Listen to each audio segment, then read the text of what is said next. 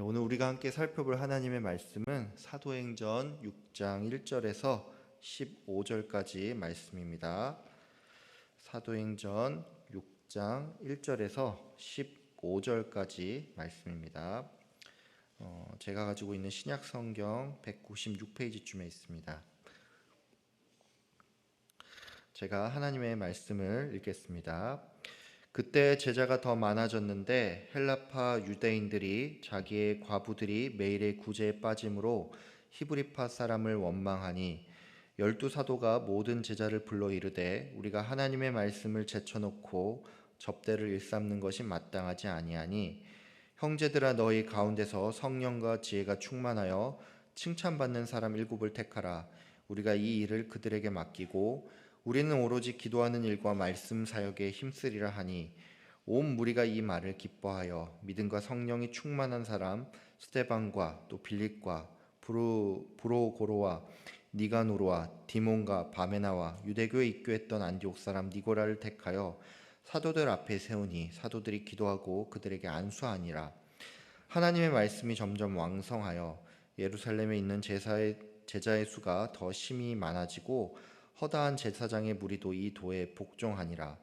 스데반이 은혜와 권능이 충만하여 큰 기사와 표적을 민간에 행하니 이른바 자유민들 즉 구레네인, 알렉산드리아인, 길리기아와 아시아에서 온 사람들의 회당에서 어떤 자들이 일어나 스데반과 더불어 논쟁할세. 스데반이 지혜와 성령으로 말함을 그들이 능히 당하지 못하여 사람들을 매수하여 말하게 하되 이 사람이 모세와 하나님을 모독하는 말을 하는 것을 우리가 들었노라 하게 하고 백성과 장로와 서기관들을 충동시켜 와서 잡아가지고 공회에 이르러 거짓 증인들을 세우니 이르되 이 사람이 이 거룩한 곳과 율법을 거슬러 말하기를 마지 아니하는도다. 그의 말에 이 나사렛 예수가 이곳을 헐고 또 모세가 우리에게 전하여 준 규례를 고치겠다 함을 우리가 들었노라 하거늘 공회 중에 앉은 사람들이 다 스데반을 주목하여 보니 그 얼굴이 천사의 얼굴과 같더라. 아멘.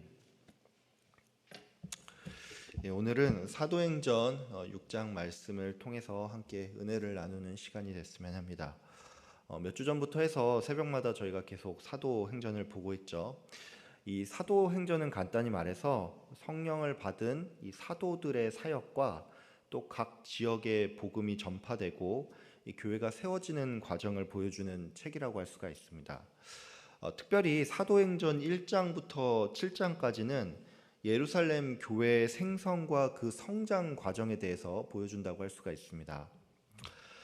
예루살렘 교회는 마가의 다락방 사건을 통해서 이 성령을 받은 사도와 또 제자들을 중심으로 해서 이들의 복음 전파로 말미암아 성도의 수가 점점 늘어났습니다. 베드로의 설교를 통해서 하루 만에 3,000명이나 되는 사람이 세례를 받는가 하면 또 사도행전 4장 4절에 보면 말씀을 들은 자 중에 믿는 자가 남자만 5,000명이 넘을 정도가 되었습니다. 이 남자만 5,000명이라는 말은 이 여자들과 아이들까지 치면 대략 2만에서 3만 명의 사람들이 이 예수님을 믿는다는 것인데 여러분은 이게 얼마나 많은 숫자인지 감이 잘 안 올 수가 있죠. 그래서 이제 말씀을 드리자면 예수님 당시에 이 예루살렘의 인구가 약 6만에서 8만 명 정도였다고 합니다. 그러니까 예루살렘에 살던 사람 중에 약 30에서 40% 정도가 굉장히 짧은 시간 안에 기독교로 개종을 했다는 것인데 이런 이유로 유대교 지도자들은 이걸 그냥 그대로 뒀다가는 이 유대교 자체가 예루살렘에서 사라질 수 있다는 그런 위기감이 든 나머지 사도들을 협박하고 또 예수를 증언하지 말라고 이렇게 말을 할 수밖에 없었다는 것입니다. 예루살렘 교회는 단지 성도의 수만 증가를 한 게 아니었습니다. 이 예루살렘 교회는 초대 교회로서 오늘날의 성도 입장에서 볼 때 굉장히 도전적인 일을 많이 했는데 특별히 우리가 좀 주목할 부분은 모든 믿는 무리가 한 마음과 한 뜻이 되어서 물건을 통용하고 또 자기 소유를 팔아서 어려운 이들을 돕는 그런 나눔이 있었다는 것입니다. 하지만 이런 예루살렘 교회도 어려움이 찾아왔습니다. 사도행전 5장에 보면은 아나니아와 이 삽비라 부부의 이야기가 나오죠.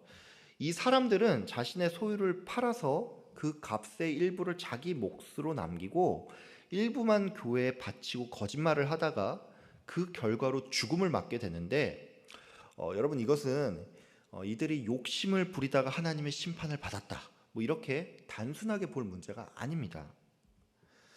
여러분 만약에 이 사건을 그런 관점으로 본다면 여러분들 중에 일부는 이 심판이 너무 과중하다는 그런 생각을 할 수가 있습니다. 여러분 한번 생각해 보세요. 자기 소유를 팔아서 그 중에 일부를 교회에 헌금하는 것이 잘한 일입니까? 못한 일입니까? 예, 잘한 일이죠. 여러분은 직장 생활을 하면서 아니면 뭐 이런저런 경제 생활을 하면서 거기서 번 수익을 전부 다 교회에다 바칠 수 있습니까? 여러분이 만약에 그렇게 못했다고 해서 하나님의 무서운 심판이 임한다고 하면 우리 중에 그 누구도 교회를 나올 사람이 없습니다. 여러분, 그러니까 이 본문을 단지 욕심의 문제로 바라본다면 우리는 시험에 들 수밖에 없다는 것입니다. 여러분, 이 아나니아와 삽비라의 사건을 바라볼 때 여러분이 꼭 기억해야 할 게 있습니다. 그게 뭐냐면 사도행전에 나온 초대교회는 이 하나님 나라의 원초적인 모델인 에덴 동산을 지향하고 있다는 것입니다. 즉, 이 아나니아와 삽비라의 행동은 단지 이들이 욕심을 부렸다 아니다, 이게 포커스가 아니라 이들이 마치 이 아담과 하와가 하나님으로부터 독립하여 자기를 주장하기 위해서 이 선악과를 따먹은 것 같은 그런 행동을 이들이 했다는 것입니다. 다른 말로 초대교회는 예수를 주인으로 모시고 자기를 부인하며 성령 하나님의 뜻에 따라서 한 마음과 한 뜻으로 사랑을 실천하던 교회였는데, 이 교회 안에 이제 자기를 주장하는 이 변질된 모습이 나타나기 시작했다는 것입니다. 오늘 본문도 여러분 이런 관점으로 좀 볼 필요가 있습니다. 즉, 교회 안에 이런저런 불만들이 나오기 시작을 하고 이것을 사도들이 어떻게 처리하는지에 대한 이야기가 나오는데, 이것은 단지 현상일 뿐이고 결국 문제의 근본은 이 교회 안에 자기를 부인하는 사람들이 아닌 자기를 주장하는 사람들이 나타나기 시작했다는 것입니다. 이제 이 관점에서 오늘 본문을 좀 살펴보도록 하겠습니다. 먼저 오늘 본문 1절과 2절을 제가 읽어보겠습니다. 그때 제자가 더 많아졌는데 헬라파 유대인들이 자기의 과부들이 매일의 구제에 빠짐으로 히브리파 사람을 원망하니 12사도가 모든 제자를 불러 이르되 우리가 하나님의 말씀을 제쳐놓고 접대를 일삼는 것이 마땅하지 아니하니. 예루살렘 교회는 성도의 수가 날로 늘어났습니다. 근데 이 과정 중에 헬라파 유대인들이 히브리파 유대인을 원망하는 일이 발생을 했는데, 이들이 왜 히브리파 유대인을 원망했냐면 헬라파 유대인에게 속한 과부들이 구제에서 제외되는 일이 발생을 했기 때문입니다. 우리는 성경의 이 부분을 읽으면서 이 교회 안에서 이 구제와 관련된 일 처리가 공평하게 이루어지지 못한 것이 이 문제의 가장 큰 원인이라고 생각하기 쉽습니다. 근데 여러분, 이것은 단지 겉으로 드러난 현상일 뿐이고 사실 가장 큰 문제는 교회 안에서 자기를 주장하는 사람들이 나타나기 시작했다는 것입니다. 우리들은 보통 히브리파 유대인들이 교회 안에서 자기 민족을 더 우선으로 챙겼기 때문에 이 일이 발생했다라고 그렇게 생각을 할 수가 있습니다. 물론 여러분 분명히 그런 이유가 좀 있겠죠. 근데 우리가 절대로 간과하면 안 되는 사실이 있는데, 그게 뭐냐면 헬라파 유대인이 공평을 주장하면서 이 히브리파 유대인을 원망하는 마음, 그 이면에도 결국 자기를 주장하는 그 마음이 있었다는 것입니다. 여러분도 아시겠지만 이 인간적인 관점에서 완전한 평등이라는 것은 절대로 이루어질 수 없습니다. 왜냐하면 인간적 관점에서 평등이라는 말은 바꿔 말해서 사람마다 그 평등의 기준이 다 다르다는 말입니다. 아무리 교회가 합심해서 기도를 하고 또 하나님께서 주시는 마음에 따라서 일을 진행해도 인간적 관점에서 볼 때는 불만이 쌓일 수밖에 없습니다. 여러분, 사도들이 우리가 말씀을 제쳐놓고 접대를 일삼는 것은 마땅치 않다라고 말을 했죠. 여러분, 이 말이 뭡니까?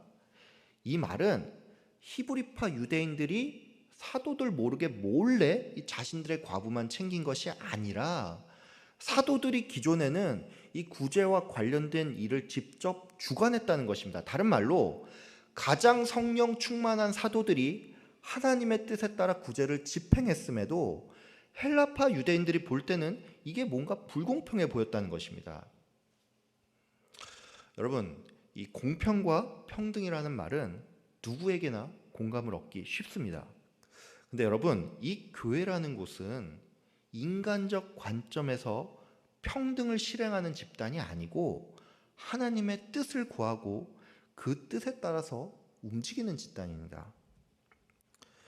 오늘 본문 3절부터 6절까지를 보면 12 사도들이 7 집사를 택하고 또 그들에게 안수를 하죠. 근데 여러분, 이 과정을 보면 알 수가 있지만 조금 특이한 사실이 하나 있습니다. 그게 뭐냐면 사도들은 믿음과 성령이 충만한 사람을 집사로 선출을 한 후에 구제의 일을 그들에게 모두 맡기고 자신들은 그저 기도와 말씀에 집중을 했다는 것입니다.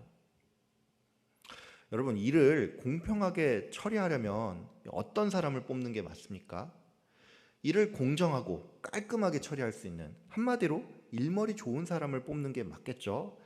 세상 기준에서 볼 때 사도들은 이런 사람을 뽑은 다음에 구제를 위한 제도를 만들고 또 이런저런 뒷말이 나오지 않도록 필요에 따라서는 감사의 직분을 맡아 이 일이 잘 진행되는지 보고를 받고 또 사람들에게 알려주는 것이 세상이 생각하는 일반적인 방법입니다. 근데 여러분, 사도들은 이런 일반적인 방식이 아닌 성령 충만한 사람을 집사로 내세우고 자신들은 정작 이 일에서 완전히 손을 뗐다는 것입니다. 여러분, 그러면 왜 사도들은 이 같은 방식으로 일을 처리한 걸까요? 이것은 교회가 하나님의 뜻에 따라서 움직이는 집단이고, 그렇기 때문에 이 일을 위해서는 성령 충만한 사람이 일을 맡고 사도들 또한 기도와 말씀에 집중을 함으로써 교회가 더욱 성령의 뜻에 따라 다시금 정비되는 일이 필요했다는 것입니다.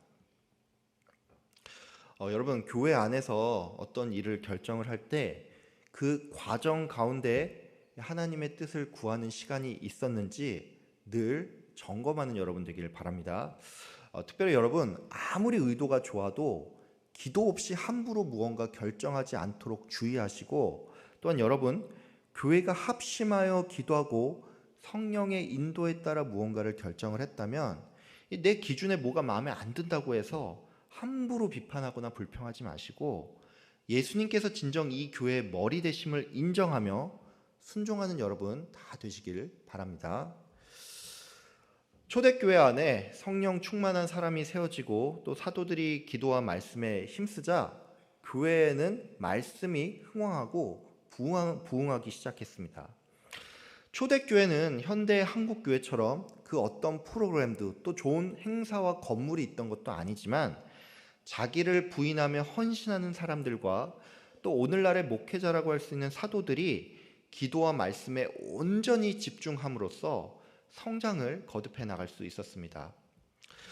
이후 8절부터 15절까지는 스데반의 이야기가 나옵니다. 스데반은 앞서서 이 구제의 일을 위해서 선택을 받은 믿음과 성령이 충만한 집사였는데, 이 스데반은 은혜와 권능이 충만해서 여러 기사와 이적을 행했고, 이에 구레네인과 알렉산드리아인 또 길리기아와 아시아에서 온 유대교인들이 스데반과 논쟁을 벌였는데, 스데반이 워낙 성령 충만한 탓에 이들은 말로써 스데반을 이길 수가 없었습니다.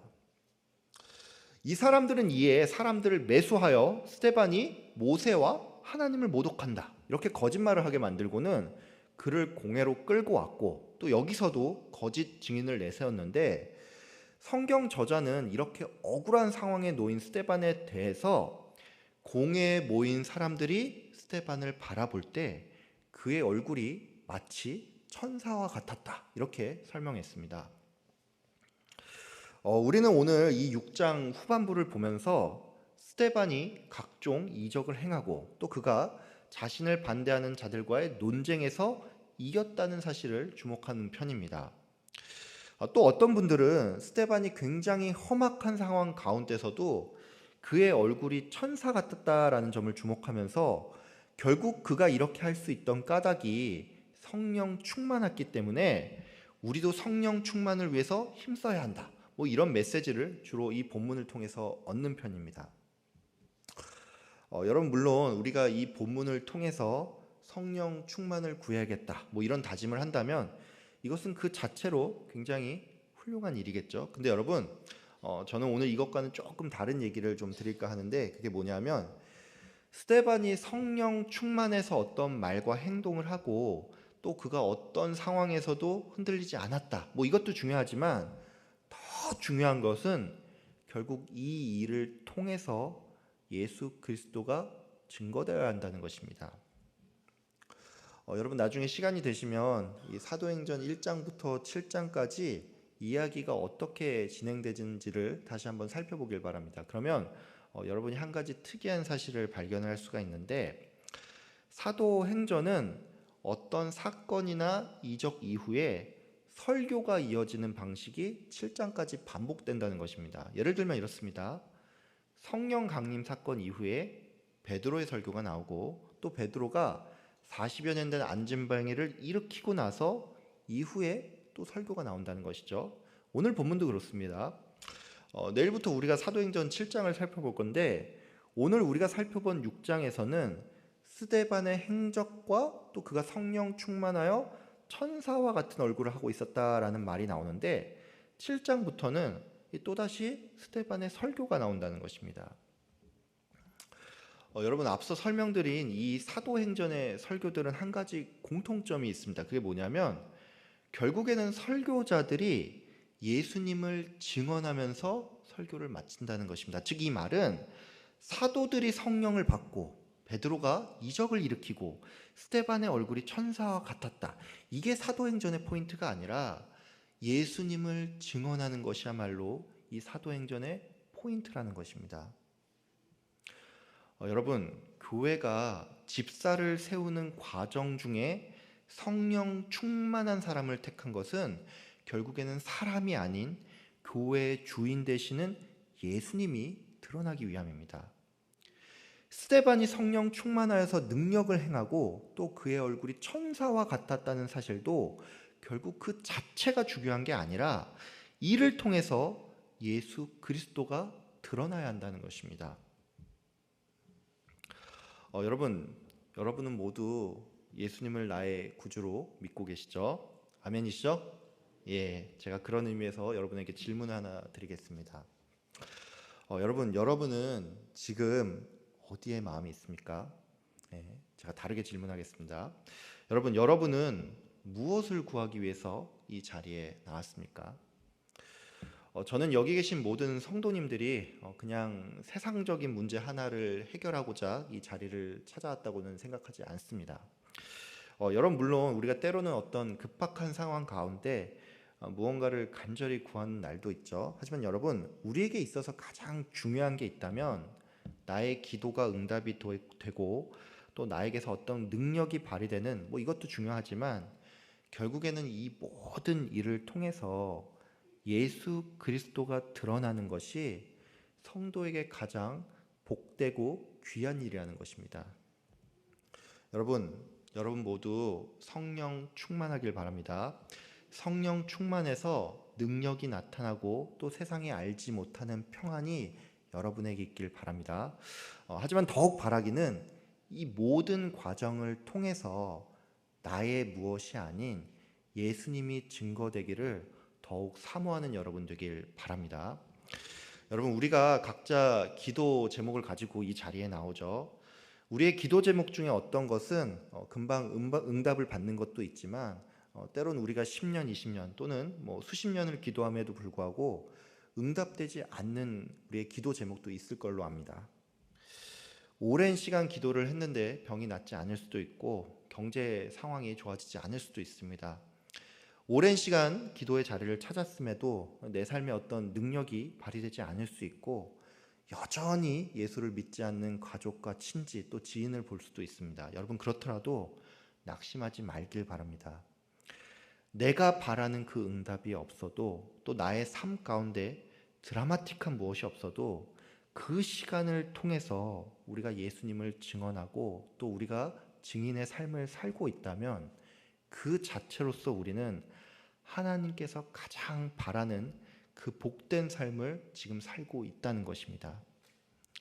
여러분 모두 나의 삶을 통해서 예수 그리스도가 증거되길 마음으로 소망하며 또 입술로 고백하는 여러분 되시길 주님의 이름으로 축복하며 기도합니다.